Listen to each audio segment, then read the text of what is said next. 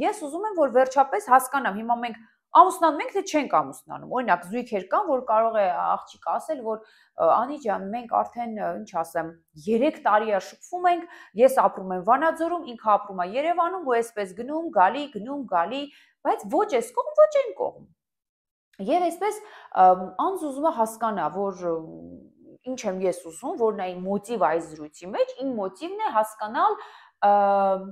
երբ ենք մենք ամուսնանում, շատ պարզ է։ Բայց երբ որ մենք զրուցում ենք եւ ասեմ, որ աղջիկը կարա գնա այդ հարցը բարձրացնի, տղան ասի, մի խոսքով դու ինչ չես հասկանում, դու մենակ քո մասին ես մտածում, դու մենակ քո ուզածին ես ուզում հասնես ու այսպես փակվի, լավ, հասկացա, всё,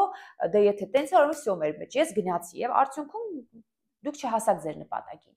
Բայց երբ որ ես ասում եմ հասկանալ որն է ձեր մոտիվը, նկատի ունեմ, որ երբեմն երբ որ օրինակ եթե այսպիսի кейսը փորձենք վերլուծել, եթե աղջիկա հետ օրինակ զրուցենք, ինքը կարող ասի,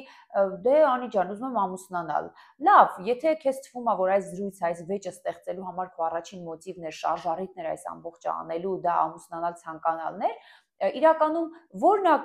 ինչու ես ցանկանում ամուսնանալ, հա, որն է քո նպատակը, որ դու ցանկանում ես ամուսնանալ եւ այս հարցը գնացել ես բարձրացնում ես, որ я այս կողմ, я այն կողմ, ամուսնանում ենք, թե չենք ամուսնանում։ Աղջիկը օրինակ կարա պատասխանի, որ գիտես Անի ջան, ես օրինակ հոգնել եմ այս անորոշությունից, ոնց որ ոչ գիտեմ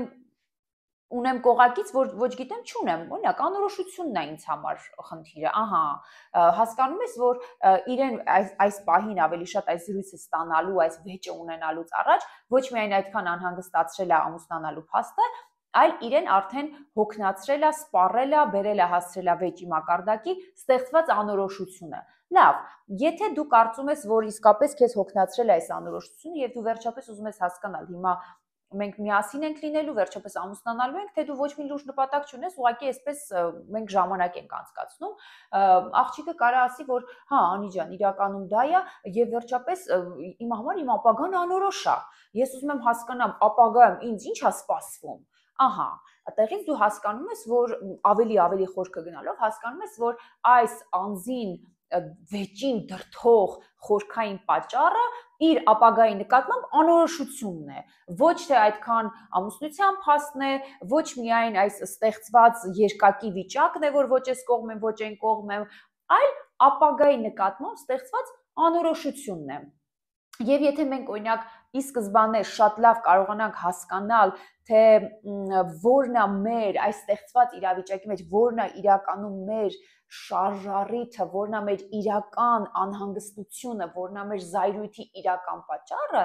մենք նախ կկարողանանք շատ ավելի լավ դա դիմացինին ներկայացնել եւ շատ ավելի հասկացված լինել։